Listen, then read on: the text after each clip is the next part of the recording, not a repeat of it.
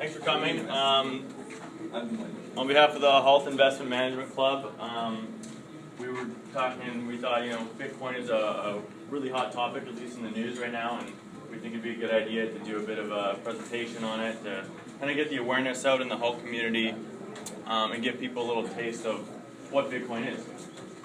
So to get started, just a little of my background. I've been involved in Bitcoin for a while, and to give you a bit of a high-level view of what it is before we get into the details, I just want to play a video from the Bitcoin Foundation that does a great job of that for me. So here we go. What is Bitcoin? Bitcoin is the first decentralized digital currency. Bitcoins are digital coins you can send through the internet. Compared to other alternatives, Bitcoins have a number of advantages. Bitcoins are transferred directly from person to person via the net, without going through a bank or clearinghouse. This means that the fees are much lower, you can use them in every country, your account cannot be frozen, and there are no prerequisites or arbitrary limits. Let's look at how it works.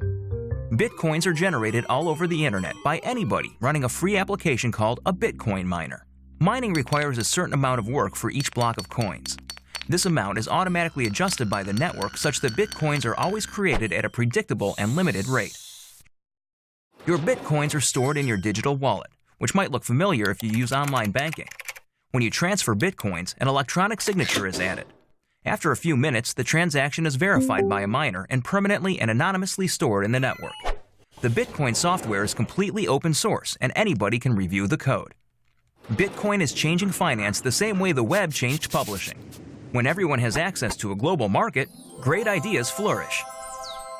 Let's look at some examples of how Bitcoins are already used today. You can purchase video games, gifts, books, servers, and alpaca socks. Several currency exchanges exist where you can trade your Bitcoins for dollars, euros, and more. Bitcoins are a great way for small businesses and freelancers to get noticed.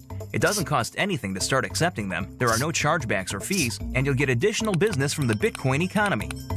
For your first Bitcoins and more information, visit weusecoins.com. So I like that video because it does break it down very simply. So a little bit about what we're going to talk about today.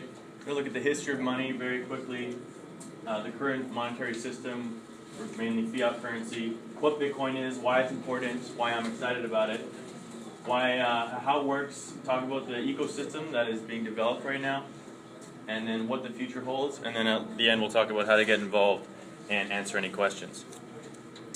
So, just to start out, I have a question for everyone.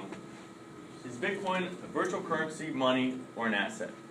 All of them. What do you guys think? It's not an asset? It's not tangible. You cannot really Right. touch and feel it. So Is a domain name? Is a domain name an asset? Sorry? Is a domain name an asset? I don't know. Right? It is actually. It's a digital asset. So there's actually a difference between money and asset. And Bitcoin is an asset. It's just in digital form. It's not quite currency yet, and I'll get into that. So, what is money? Let's just take a very high view of what money is. It has to have these 6 characteristics. It has to be accepted, durable, portable, scarce in resource, divisible, and uniform. And if we look at the history of money, and we go way back before there was currency, they used something called the barter system, where it was, I would give you a cow, and you'd give me a house. Or we'd figure out some sort of barter system where I would trade you one of my goods for one of your goods. The problem with that is it's not easy to make a unit of account, and it's not easy to compare what's valuable and what's not. So then they came out with gold and gold coins, and they would use this as a type of currency. And then there was banknotes. This is a banknote. Before the Federal Reserve was established in 1913, individual banks like JP Morgan Chase and Wells Fargo would issue notes that you could trade to people and then exchange them for ounces of gold reserves at the bank. And obviously today, money is pretty much digital, and credit cards, etc. But what's really interesting is that we came off the gold standard in the 70s. Money today is basically fiat. And fiat money is government issued and regulated currency. Question: how much today do you think money is digital versus cash or paper? What percentage? 90-something%. How much? 90-something%. 90 something? Exactly. It's 92% digital and 8% money. So in reality, it's already digital. So in terms of that leap towards digital currency, we're already there. But there's a lot of problems with fiat money. And this is an example from in the last decade with Zimbabwe and hyperinflation. We have starving billionaires. It cost 100 billion Zimbabwe dollars to buy 3 eggs. And it got so out of control that this was the highest bill they made, which was $100 trillion. So obviously these are problems. Now if we look at other problems with fiat money, here's where there's increasing money supply. The Federal Reserve is allowed to issue credit to the banks at the federal funds rate and basically create credit out of thin air, as people like to call it. We have QE2, QE3. I won't get into that too much, but there's there are problems with debasing your currency, and this causes inflation and lowers your purchasing power. That's why a sandwich across the street or a salad costs $12 when even 10 years ago it did not cost that much. This is a fascinating graph, and it's very relevant because if you look at the time scale, it's 2011 to 2013. This is a currency. Can anyone guess which country this is? It went from $10, this is to the US dollar, $10 up to 70. Exactly, it's Venezuela. Venezuela Bolívar. And this is a big problem. I mean, if you had currency, it's totally devalued. And this is actually the black market exchange rate. The real exchange rate is around, Yes, 6.3.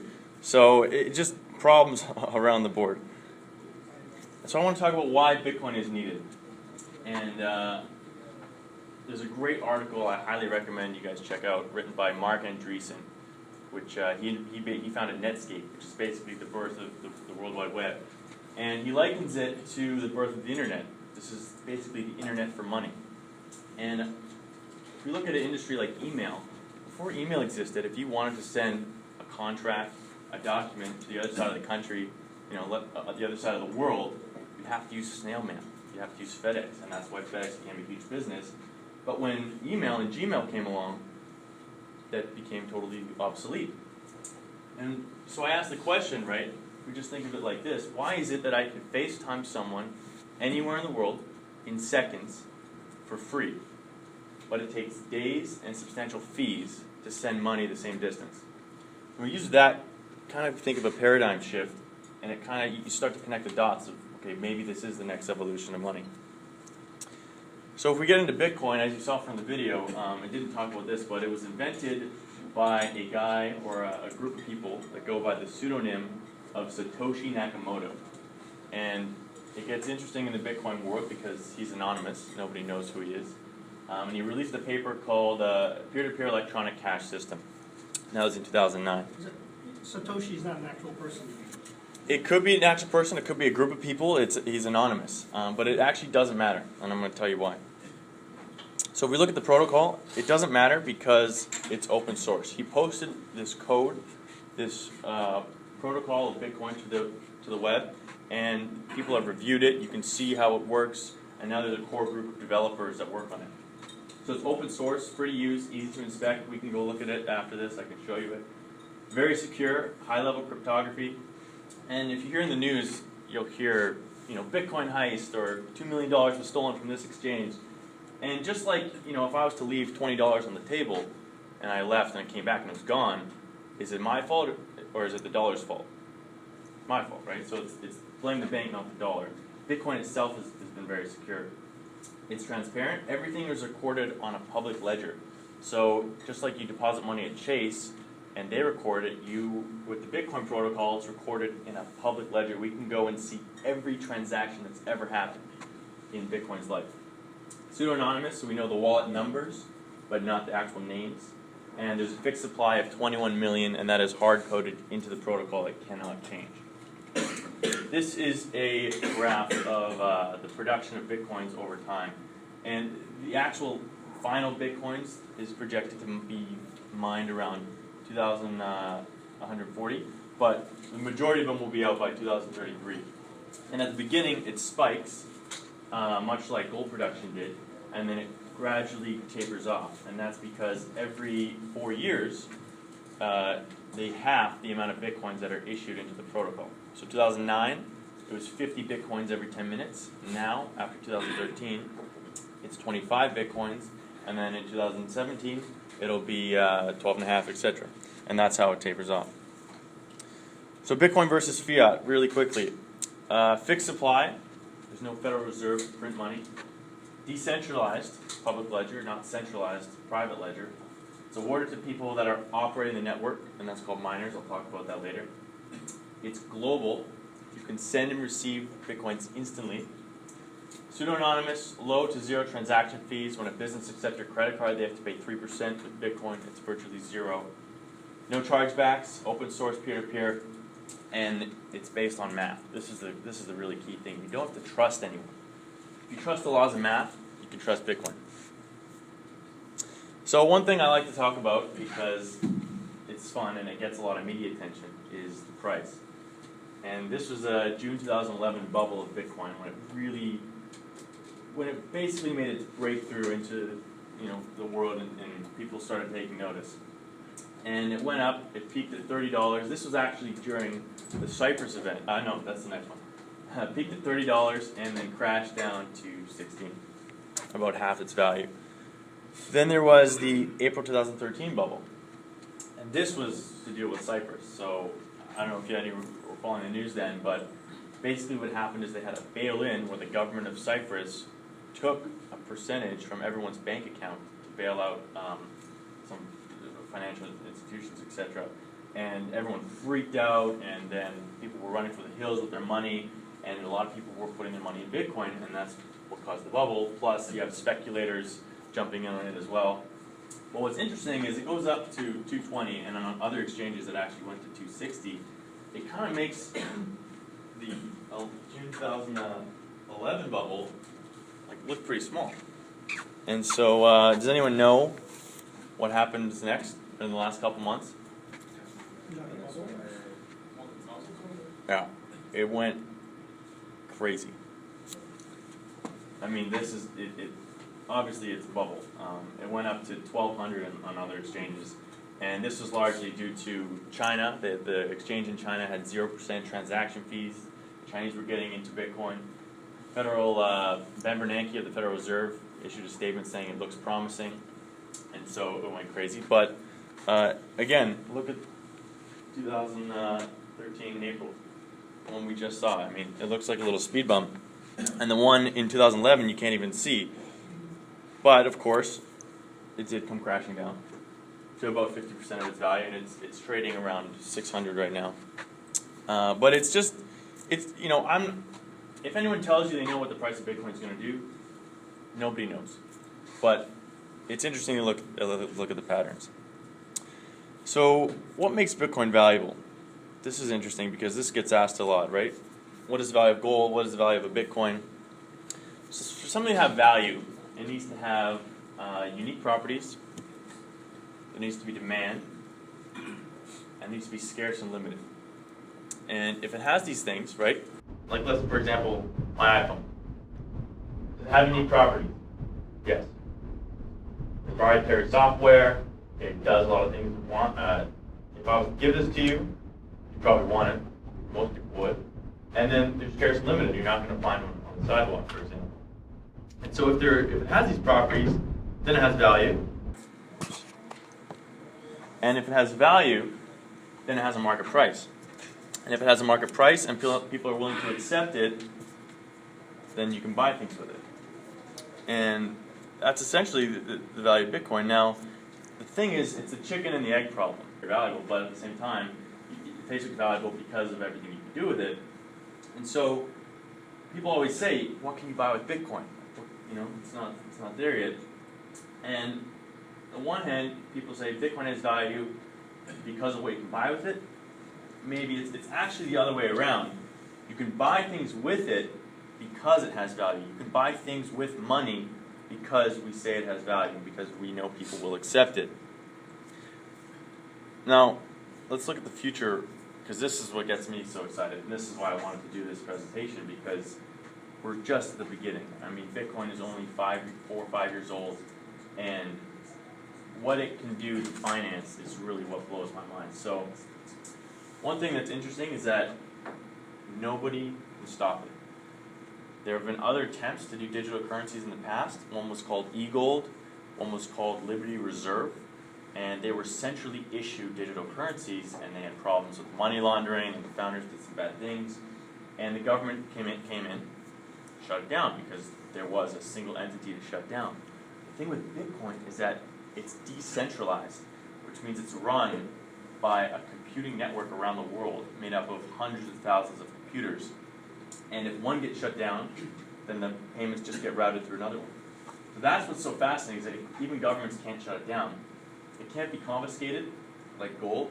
It's actually amazing. In the early 20th century, the U.S. government made gold illegal, and they demanded everyone hand in their gold for $20 an ounce at that time, which is like $272 today. So it can't be confiscated because it's digital. You can actually have $1 million of Bitcoin in your head and walk across the border. This year we're going to probably see some U.S. exchanges. There's not currently a major player of a U.S. exchange in the market right now. Consumer and business solutions, these are two of the biggest venture-funded startups in the U.S. One Circle, $9 million they raised, and Coinbase, which is actually on Market Street, raised $31 million. And then remittance businesses. So this applies to all of us, especially being at an international business school. When we have to send money to the U.S., we're going to either wire it, money order, and that's going to cost money. You know, when I wire it cost me $25, plus it takes a couple days to get here. With Bitcoin, it's instant and it costs nothing. So a little bit about the ecosystem. There is 12.4 million BTC to date, and again, it's going to be 21 million total. So about halfway, a little over halfway. Market cap, $7 billion market cap. Just to give some context, WhatsApp was bought for $16 billion, $19 billion actually dollars. So, you know, really small right now. It has a long way to go, and the price is around 600. Estimated that there's 2.5 million wallets. That's not even 1% of the U.S. population. And Coinbase, which is a big player, has 970,000. So I wanted to talk about mining. This is gets asked a lot, and it's an important part of how the Bitcoin operates. So I thought, why not let a video explain it, because this does it really well. Here we go. What is Bitcoin mining? Bitcoin operates as a peer-to-peer network. This means that everyone who uses Bitcoin is a tiny fraction of the bank of Bitcoin. But where do Bitcoins come from? With paper money, a government decides when to print and distribute money. Bitcoin doesn't have a central government. With Bitcoin, miners use special software to solve math problems and are issued a certain number of Bitcoins in exchange. This provides a smart way to issue the currency and also creates an incentive for more people to mine. And since miners are required to approve Bitcoin transactions, more miners means a more secure network. The Bitcoin network automatically changes the difficulty of the math problems, depending on how fast they're being solved. In the early days, Bitcoin miners solved these math problems with the processors in their computers. Soon, miners discovered that graphics cards used for gaming were much better suited to this kind of math. Graphics cards are faster, but they use more electricity and generate a lot of heat. The first commercial Bitcoin mining products included chips that were reprogrammed for mining Bitcoin. These chips were faster, but still power-hungry. ASIC, or Application-Specific Integrated Circuit chips, are designed specifically for Bitcoin mining. ASIC technology has made Bitcoin mining even faster while using less power. As the popularity of Bitcoin increases, more miners join the network, making it more difficult for individuals to solve the math problems. To overcome this, miners have developed a way to work together in pools. Pools of miners find solutions faster than their individual members, and each miner is rewarded proportionate to the amount of work he or she provides. Mining is an important and integral part of Bitcoin that ensures fairness while keeping the Bitcoin network stable, safe, and secure. For more information about Bitcoin mining, visit bitcoinmining.com. So just a quick recap of mining. One thing it didn't mention is that every 10 minutes, a block is created. A block is a whole bundle of Bitcoin transactions. So, Damien, if I'm sending you a Bitcoin, how does the whole world of Bitcoin know that that transaction is valid, that I have enough Bitcoin to send you, and how does it know that I didn't send the same Bitcoin to Katerina? So the way it does that is this network of miners. When I send a Bitcoin, it goes through a computer, a node is called. It verifies that I have enough Bitcoins, and the way it does that is it measures how many Bitcoins have gone into my wallet versus how many have gone out, and if that value is more than I'm sending, then it gives it a green check, right? Proves it. And every 10 minutes, it takes all these bundle of transactions and puts it into what's called a blockchain. I'm going to draw this out here. So if you think of it, there's the global ledger, right? It's a big buzzword. Think of this as a block, right? Very simple. Each one of these is made up of thousands, tens of thousands, sometimes hundreds of thousands of transactions. When I send you that Bitcoin, it's recorded in that bundle. And so every 10 minutes, one of these is created. And if a miner solves a hash function, I won't get too detailed into this, then they're rewarded in Bitcoin, and that's how Bitcoins are issued. Now, as more miners get on the system, though, the difficulty increases, and that's so it can mimic that growth trend of that we saw earlier that produces the Bitcoins. So this is what really gets me excited. I'm an MPIN, and what really got me excited about Bitcoin was the potential it can have in the financial world. And so Naval is founder of Angel.co, and he owns Bitcoin, and he's been a big Bitcoin evangelist. And he says what Wall Street does can be done in code by Bitcoin. So it's fascinating. I mean, and I want to get into that a little bit. So, for example, some of the developments that are happening, one's called smart contracts, and that includes wills, trusts. Right? If you have a child and you want to give them money when they turn 18, you could put Bitcoins into a contract that is specified on a date to be released to the child's address. You can do things like Kickstarter campaigns where, say, I'm raising a campaign, or Damien's raising a campaign. He raises $100,000, we all give him money, and now he has to go and build the product that he promised to do. Nothing's stopping him from walking away with everyone's money. But with a smart contract, we could have everyone in this room that gave him money vote to release certain pieces of that money as he makes certain milestones. We're going to see institutional exchanges, so things like Charles Schwab type exchanges where you can do derivatives and shorting and a lot of other fancy financial products. And then, like I mentioned, global money transfer. Buttercoin is a startup that's attacking that. But I want to tell a story to really kind of wrap our heads around why this is a big deal. And this is a story about a site called Satoshi Dice. And it's a gambling site, started in 2011, 2010, and you can play poker, blackjack, and all the different casino games online, and you pay with Bitcoin. It's all done in Bitcoin. What's crazy is this guy took this company public on the Bitcoin network for $12 million.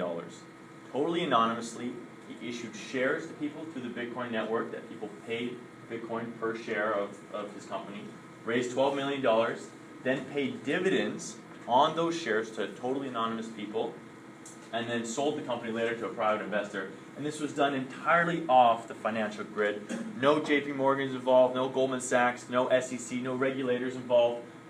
Done entirely in code online, and he didn't know any of the investors. And this is just because Bitcoin is a trustless system. When you send someone a Bitcoin, you cannot get it back unless they send it back to you. So this is like, I love this story because it really shows the potential, right? And so that's pretty much it. I want to talk about how you can get Bitcoin quickly. Coinbase in the US is the easiest way because you can link your bank account. In Europe, there's a great new startup called Cephalo, and they're going to have European bank integration. In China, BTC China, or Huobi. And let's do some questions, I guess. Thank you.